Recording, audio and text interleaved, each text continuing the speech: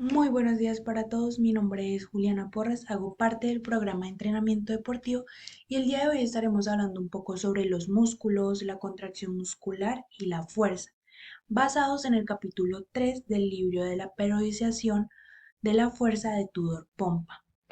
En primer instante vamos a hablar un poco de cómo trabajan los músculos. Nuestro cuerpo se mueve gracias al sistema musculoesquelético. Si bien sabemos, este está compuesto por huesos, articulaciones, ligamentos y músculos. Los músculos esqueléticos están unidos a huesos y generan movimiento cuando se contraen. Sabemos que los músculos pues no trabajan solos, siempre actúan en grupo y existen tres tipos principales según la función en el movimiento. Hablamos primero de agonistas, que son también llamados sinergistas, perdón, que son los que hacen directamente el movimiento. Hablamos de unos antagonistas que son los que ponen en movimiento, pero no lo hacen de forma controlada. Y si hablamos de un tercero, que son estabilizadores o fijadores, son los que nos ayudan a mantener firme la parte del cuerpo mientras pues realizamos el movimiento. Un ejemplo, si hacemos una flexión del codo, cuando yo doblo el brazo, pues el bíceps actúa como agonista y el tríceps me va a trabajar como antagonista. Por otro lado, si yo estoy de pie, si yo estoy levantando una pesa, los músculos de mi abdomen se me van a activar y me trabajan como estabilizadores, pues para mantenerme firme. Hablamos también de un concepto importante que es la línea de tracción muscular. Esta línea pues es imaginaria y es la que une el origen y la inserción del músculo. Si realizamos un ejercicio siguiendo tal línea, logramos que el músculo trabaje de manera más eficiente y con menor riesgo de lesión. Ejemplo, si yo hago un curl de bíceps con la palma de la mano hacia arriba, la fuerza que aplica es de forma más directa. Si la hago, pues siguiendo la línea de tracción, ¿no? Pero si por el contrario la giro hacia abajo, pues la activación del bíceps va a disminuir demasiado de contracción muscular. Sabemos que cuando entrenamos o nos movemos, nuestros músculos siempre se contraen de diferentes formas. Existen varios tipos de contracción. Hablamos de una contracción isotónica de cuando pues esta es más común y aquí el músculo cambia su longitud. Entonces, hablamos de que si el músculo se acorta, hablamos de una contracción concéntrica. Si hablamos de que el músculo se alarga mientras genera tensión, es excéntrica. Un ejemplo de esto es cuando levantamos una pesa, pues es una contracción es concéntrica.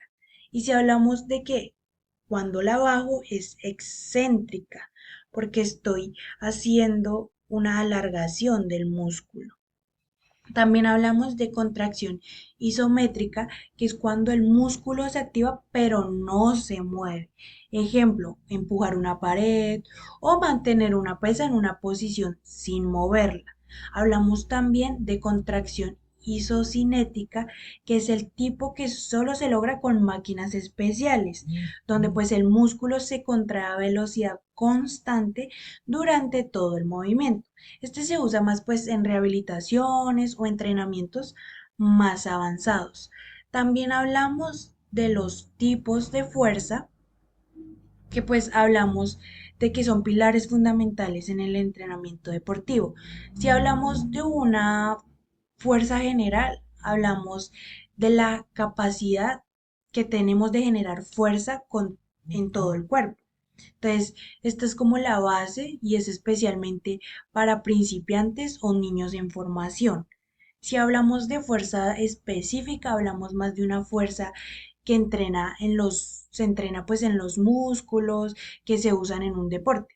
Ejemplo, si hablamos de un nadador, pues se trabaja más la espalda, los hombros, mientras que si hablamos de un ciclista, lo enfocamos más en piernas. Hablamos de fuerza también máxima, que es la mayor cantidad de fuerza que podemos aplicar en una sola repetición. Por eso dicen que se mide en 1 RM, una repetición máxima. Hablamos también de la fuerza relativa, que es la fuerza que se puede aplicar en relación con nuestro peso corporal. Por eso los gimnastas, aunque son ligeros, tienen muchísima fuerza relativa. Hablamos también de potencia, que es la capacidad que tenemos al aplicar una fuerza rápidamente. Es una fuerza multiplicada por velocidad. Por ejemplo, un salto, un sprint o un saque en tenis. Y por último hablamos de resistencia muscular, que vendría siendo pues la capacidad de mantener un esfuerzo durante un tiempo, el tiempo que se necesitan. Ejemplo, lo necesitan los nadadores, ciclistas, los remeros, entre otros. Y por último, pues hablamos de ejemplos muy prácticos en el deporte, que entonces sabemos que se aplican en diferentes deportes. Si hablamos en halterofilia, nos predomina pues la fuerza máxima. Si hablamos de atletismo, pues vamos especialmente a velocidad o potencia, que es la clave. Si hablamos de gimnasia artística, pues la fuerza relativa nos va a permitir controlar el cuerpo en el aire o sobre los aparatos. Y si hablamos de natación, pues sobre todo en distancias largas es esencial tener resistencia muscular. Pero también tenemos en cuenta que en cada deporte combinamos diferentes y varios tipos de fuerza, pero siempre va a haber una que predomina y debe entrenarse más, pues con un enfoque a su deporte. Muchas gracias por su atención.